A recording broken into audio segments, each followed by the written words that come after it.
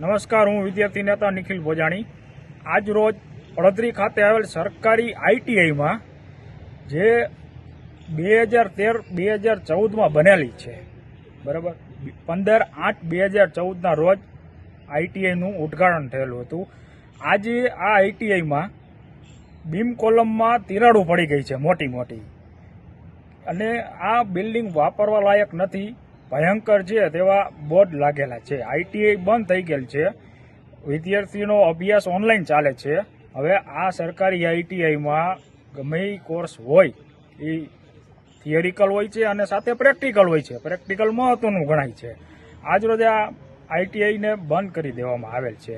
વહેલામાં વહેલી તકે ગમે અહીંયા યોગ્ય જગ્યાએ તો ઝડપી પૂર ઝપાટે સરકારી આઈટીઆઈનું કામ પડધરીમાં ચાલુ થાય એવી સરકાર પાસે માંગ છે। અને બીજા નંબરની વાત કે આ બિલ્ડિંગને હજી 12-13 વર્ષ થયા છે, ત્યાં ભાઈ આવું તિરાડું મંડી પડવા? આ બિલ્ડિંગ કેવું બનાવેલું હશે? બીજા નંબરની વાત છે, આ આઈટીઆઈમાં 200 થી 250 આશરે વિદ્યાર્થીઓ અભ્યાસ કરે છે। અત્યારે તમામ વિદ્યાર્થીઓનો અભ્યાસ સ્થગિત કરવામાં આવ્યો છે, અભ્યાસ ઊભો રાખી દેવામાં આવ્યો છે। નો ડાઉટ ઓનલાઈન અભ્યાસક્રમ શરૂ જ છે, પણ કન્ડિશન એવી છે કે સાથે પ્રેક્ટિકલ હોય તો વિદ્યાર્થીઓને વધારે આઈડિયા આવે છે। અહીંયા ગ્રામ્ય વિસ્તારોમાંથી નોખી વિસ્તારોમાંથી બધા વિદ્યાર્થીઓ આવે છે અભ્યાસ માટે, બરાબર।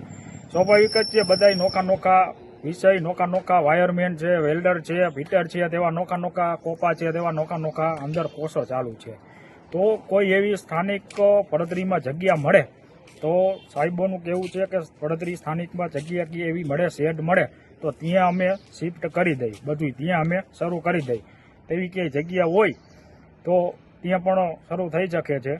પણ આ બિલ્ડિંગ 15/8/2014ના રોજ બિલ્ડિંગનું ઉદ્ઘાટન થયેલું હતું, પણ માનવામાં એ આવે કે 12-13 વર્ષમાં બિલ્ડિંગમાં તિરાડું પડી જાય, ગજબ કહેવાય। આ કેવું બિલ્ડિંગ બનાવેલું હશે તેવું મને જાણવા મળેલું હતું। આ બિલ્ડિંગમાં 100%માંથી 30% ખીલાસળી વાપરેલી છે અંદર, એવું આપણે જે તે સેમ્પલમાં કે એમાં લેવામાં આવ્યું એમાં તેવું જાણવામાં આવેલું હતું।